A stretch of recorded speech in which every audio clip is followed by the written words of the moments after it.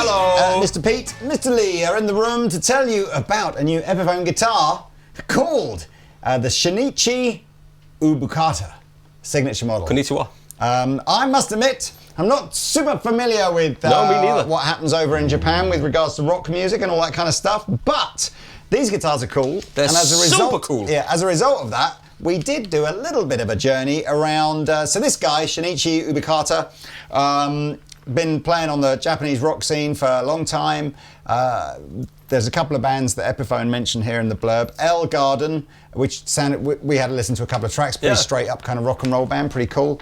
And then Nothing's Carved in Stone, which really was cool, like a bit slightly more Soundgarden-y, bit more interesting. But was it a little bit? Because I'm just looking at that thing going, oh, that looks a bit I thought it sounded more like a Jane's Addiction kind of that's thing. right, yeah. But look, I'm going to listen to it more, and they sing in English as well. Yep. So yeah, very relatable if you speak English as your first language. So let's tell you about these. I mean, what you can obviously see, it's a 355 vibe with the Veritone, but we've got the Trini Lopez diamond holes, and we've got a Bigsby, right, which is cool. It was heavy, but there you go, man up and all that stuff. Red, black, and of course the star of the show, or at least in my opinion, the olive. Yeah, with see, the black guard. I think this is the star of the show. You know? I love that, but it just becomes a little bit too Chris Cornell for me. Wow. Already, rest in peace and respect and all of that stuff, and hats off. So let's go through the blurb. We have got a semi-hollow, old school 355. It's a maple body. It's heavy, right? I mean, it must be got a big old heft slab to it, but maybe that's because it's got quite a big slab of maple in the middle there. Anywho, so we got they refer to these as diamond-shaped F holes, but of course, if they're not an F, they're not an F hole, are they? They're just a diamond hole. Yeah. We've got a mahogany neck with an ebony fingerboard, rounded C profile, lovely block inlays, proper Gibson 57 classic humbuckers, so American humbuckers, got a PAF kind of vibe going on there.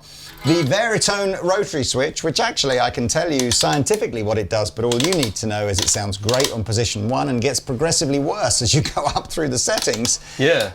Who invented that? I thought that was a good idea. Was it? Well, it's, I don't know, is it BB? Don't start going, because I know there is a reason for it. Yeah. I'll tell you what, I mean, right at the bottom of this spec sheet, it actually tells me exactly, which I never actually knew, but it tells me all the different let's have it. High pass filters. Well, it says it. So position 2, you've got a 5 dB cut at 1950 hertz. Position 3, you've got 12 dB cut at 1100 hertz. Position 4 is a 15 dB cut at 620 hertz. And position 5 is an 18.5 dB cut at 360 hertz. In fact, there's even position 6, which is can't be right, 21 dB at 120 hertz. I mean, let's try it out. We'll listen to it, right? Yeah. I've never been a fan of Veritone. It just, for me, position 1 sounds great when it's switched off. What else do we need to know about this? We've obviously got a B70 vibrato. We've got a cool Shinichi Ubukata skull on the back of the headstock, which is also on the case, which looks super cool. Yeah, super as cool. well.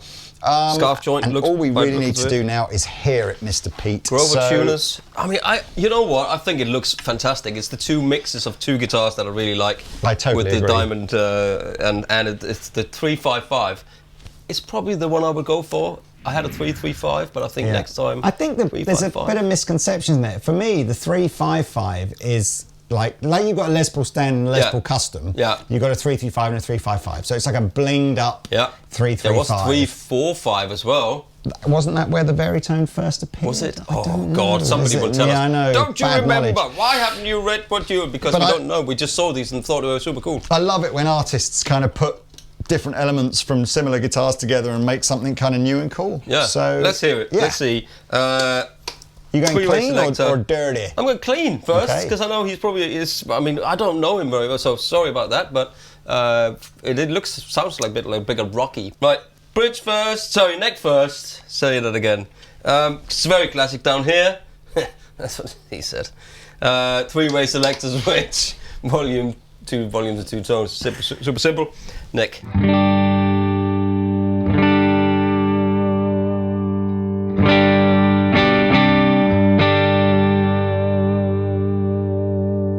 It sounds great. And here's the middle position.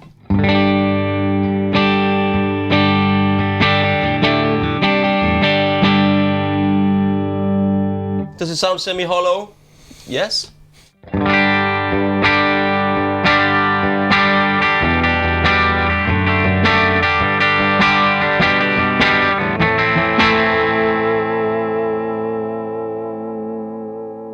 Didn't Noel Gallagher play a guitar like that? Well, he probably played three loafers, didn't he? No, I think he just played one with normal F-holes on it, but other than that... No, didn't he have his own signature one as well? Yeah, but it was a signature of one that he had. Right.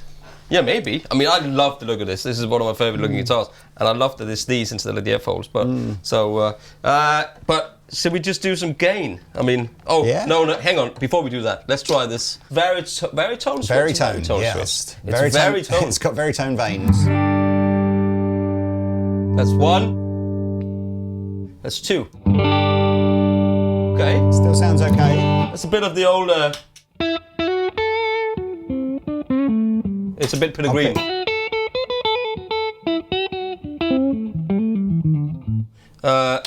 Three.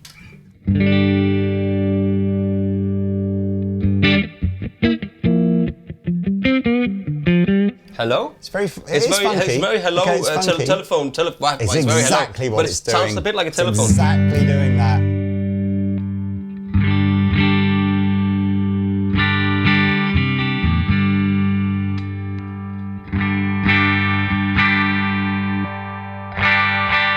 See, you would go like a...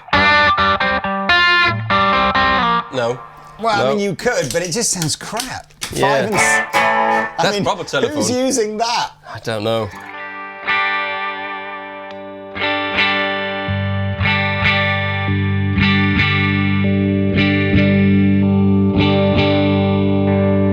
Well, maybe he is. Maybe he is using that. I'll take some of it back. So position 1 is bypass, my favourite sound. 2, 3, and 4 usable. 5 and 6. It's not all unusable, but it's still like you. When would you use it? I mean, I'm sure somebody out there will say there'll be 5 or 6 artists or songs or whatever over the years which have got that on there. Yeah, I sort of want to know what is the point? And this is not it's not me trying to be facetious, but I'm interested. Is there a recording of a guitar tone that's like There you go. But why would you want that when you've got? Because you want to be a blended as just a really bright, thin. Yeah. I mean, that's what I'm saying. There might be there's a reason why they put it on there in the first place. We just don't know that reason, and we haven't been bothered to look it up, as always. Please, comment below. What is the point of position 6 on a baritone switch, and which guitar song or artist famously used it? But let's try just first a low gain sort of thing.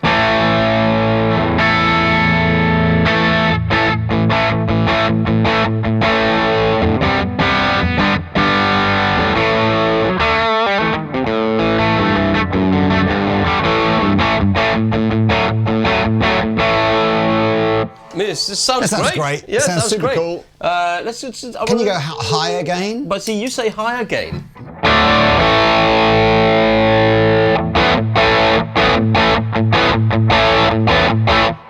That band, when we were listening to briefly earlier, it does have that American sort of,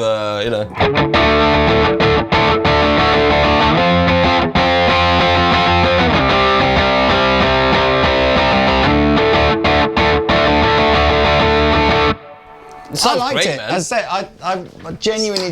There must be millions of bands around the world that we could go and discover and go, oh yeah, they're cool. And sorry we haven't heard about you before, but I love these guitars. I think they're great. Me too. If you're looking for something a little bit different, is it Chris Buck that's got one of these, but a Gibson version? Or he's got some kind of. I'm not sure. Guitar. I would say, if I'm being critical, it's at the heavier end of. Yeah, that's. I mean, that is a good. More than £10, maybe even £11 guitar. So don't buy that if you sort of don't like heavy guitars and stuff like that. But no, I think it's super cool. Love the colours, love the vibe. Do you want to do a bit more gain? Because you've got a bit more gain on there. Let's just see what we got. I'd gone down the old fuzz route to sort of not for like spitty tone bender fuzz, but just because I wanted that more aggressive. Yeah.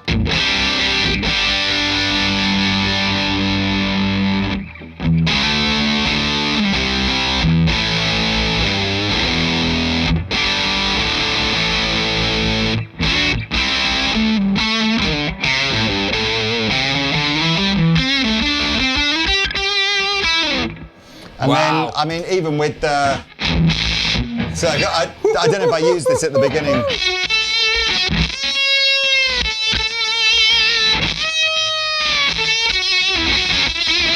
A bit too much there. Bit too much.